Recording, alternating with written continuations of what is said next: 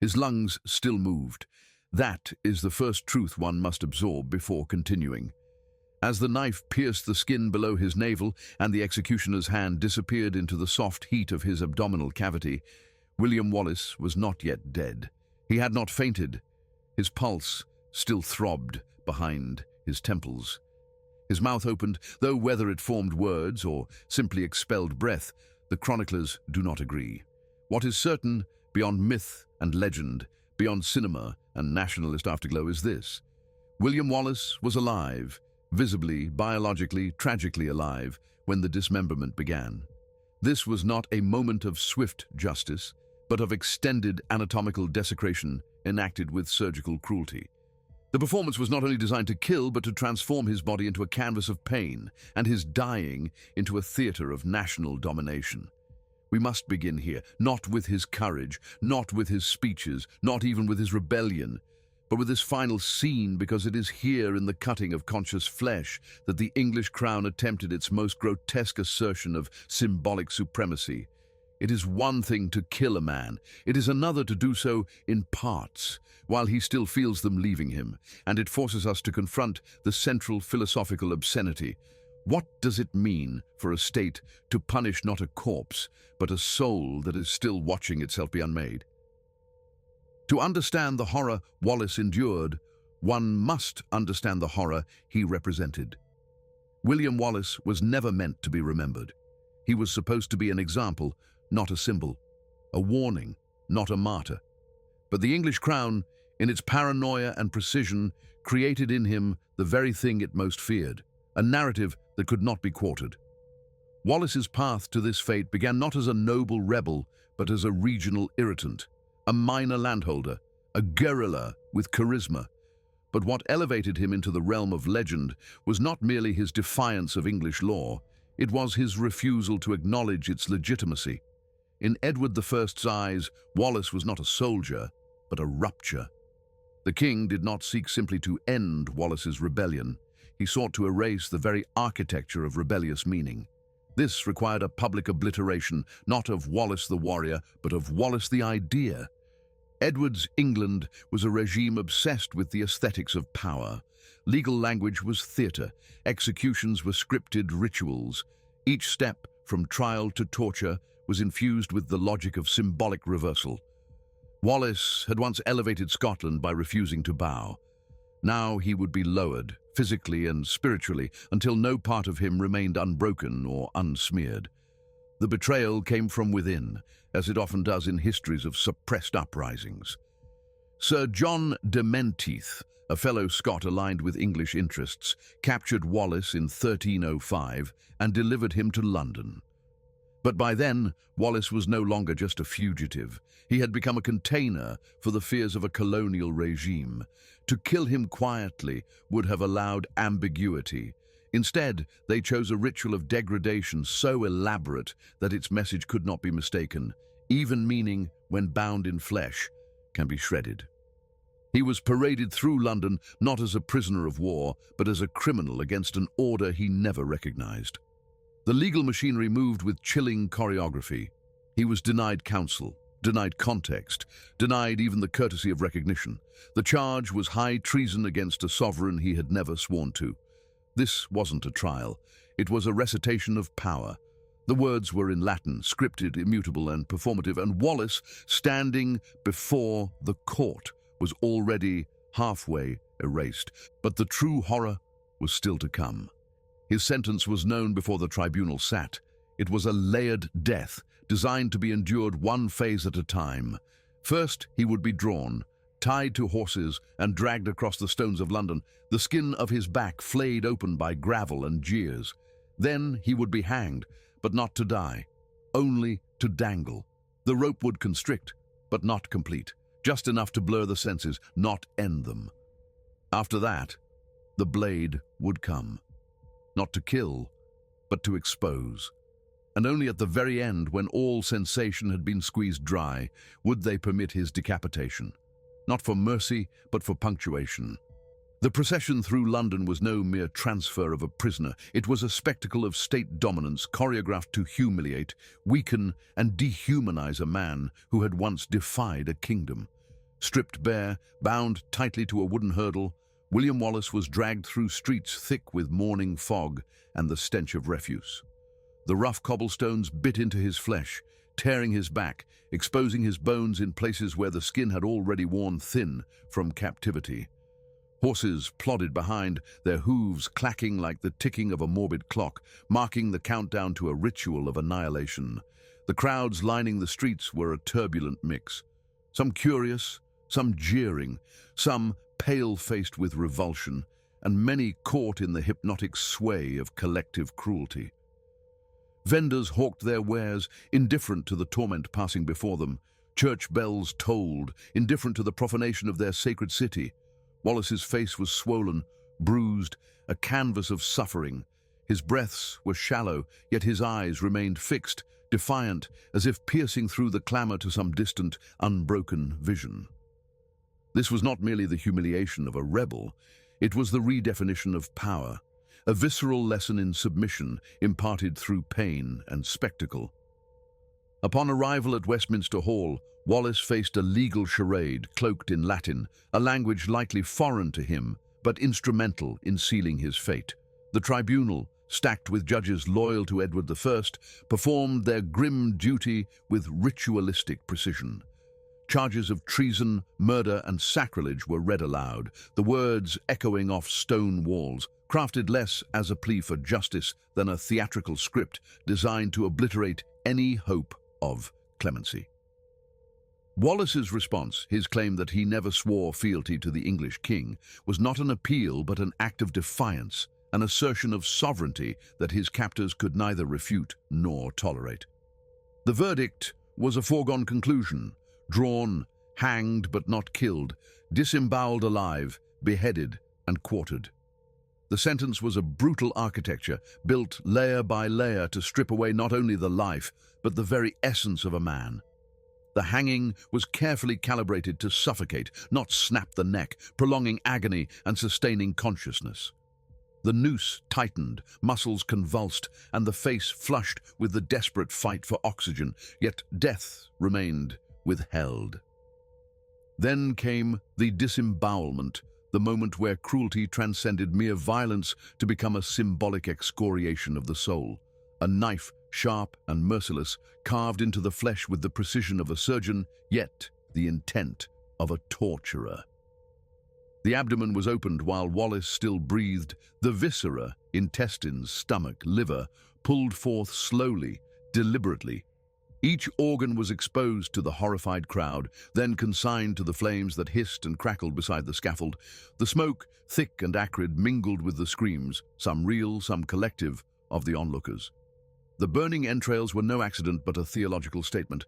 The bowels, the seat of passions and compassion, were being purged in fire to symbolize the cleansing of rebellion itself. Wallace's body convulsed against its bindings. Whether the spasms were reflexive or a cry for mercy is lost to time, but his silence endured, a haunting testament to human resilience in the face of calculated terror. Following this, the executioner moved with grim purpose to sever Wallace's limbs. The joints, already weakened by torture and strain, were broken with sharp blows. Sinews snapped and blood flowed freely, painting the wood beneath in macabre detail. The four quarters, arms and legs, were wrapped and sealed, then dispatched to the key cities of Newcastle, Berwick, Stirling and Perth, locations not chosen by chance, but as strategic points of control. These remnants served as a grisly political message, a geography of punishment meant to remind the populace that rebellion's price was fragmentation, both physical and social. Wallace's head, the last to be severed, was boiled to preserve it, and then placed atop London Bridge as a monument to English dominion and Scottish subjugation. The visage, once vibrant and commanding, was now a ghastly relic meant to strike fear into the hearts of any who dared resist. The entire execution was not mere punishment, but performance, an unholy liturgy where the body became scripture and the executioner high priest. Each action, each gesture, was charged with meaning far beyond the flesh. To the English crown, this was a necessary purification. To Scotland, it was an unspeakable trauma that would echo through the ages. The dismemberment while Wallace was still alive was the ultimate expression of state power, a denial not just of life, but of death itself on the rebels' terms. It was a slow, deliberate unmaking that was meant to break not only the man, but the idea he embodied. Yet, paradoxically, it was in this agonizing unmaking that Wallace's legend was forged, a testament that the spirit can endure even when the body is savaged. As the final ritual of annihilation commenced, William Wallace's ordeal transcended mere execution. The executioner, a man trained not only in the art of killing, but in the symbolism of punishment, approached the scaffold with a blade sharpened to precise cruelty. The cut to Wallace's abdomen was deliberate not only in placement but in timing. The surgeon's slash opened the body before consciousness had fully fled, tearing through skin and muscle with the cold detachment of someone enacting state-sponsored violence rather than mercy. The executioner's hand moved inside, extracting viscera that had once nurtured the rebels' strength and resolve, intestines, stomach, and liver, each organ revealed like an unholy offering to the fires kindled for their destruction. Wallace's breaths, shallow but present, mingled with the acrid smoke curling from the brazier where his entrails were cast. The smell was suffocating, a bitter, choking mixture of burning flesh, bile, and charcoal that infiltrated the noses and lungs of all present, turning stomachs and drawing gasps. To watch a man's body consumed in such a way, while he remained conscious, was to confront a grotesque inversion of justice. The crowd was transfixed, a collective witness to the obliteration not only of a man, but of the very concept of rebellion itself. Some chroniclers record a faint murmur of prayer from Wallace's lips. Others attest to a silence more profound than death. Both narratives reflect the complexity of the moment, simultaneously a death throe and a defiant refusal to surrender. The ritual was crafted to extend agony, to delay release, to make each moment of consciousness a torment. The executioner's task was not to end life swiftly, but to engineer suffering as spectacle. In doing so, the executioner became a technician of pain, a facilitator of symbolic purification, ensuring Wallace's mind remained tethered to the devastation of his body for as long as anatomy permitted. This macabre dance between awareness and destruction became the central horror of the event. Finally, the axe fell, severing the head and granting a merciful, if belated, end to the body's fragmentation. Yet even this was not a closure, but an extension of the spectacle. The beheaded head, preserved in tar, was mounted high on London Bridge, a sentinel of power, a warning to those who would defy the crown. The body was divided into 4 quarters and dispatched to Newcastle, Berwick, Stirling, and Perth. Each limb bore a message to the provinces. Rebellion would be physically torn apart and publicly displayed to ensure the permanence of submission. Wallace's execution was not merely the end of a man, it was the calculated annihilation of identity and memory, a performance engineered to instill terror and submission across an empire. Yet, in the very method of his death, extended, ritualized, and grotesque, resided the seed of his enduring legend.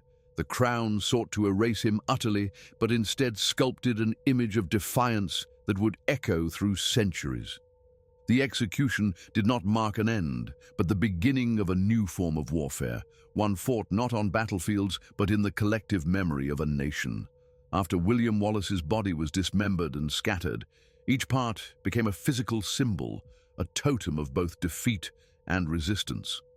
The head, preserved in tar to prevent decay, was mounted high above London Bridge, positioned as a grim sentinel overlooking the city that had orchestrated his destruction.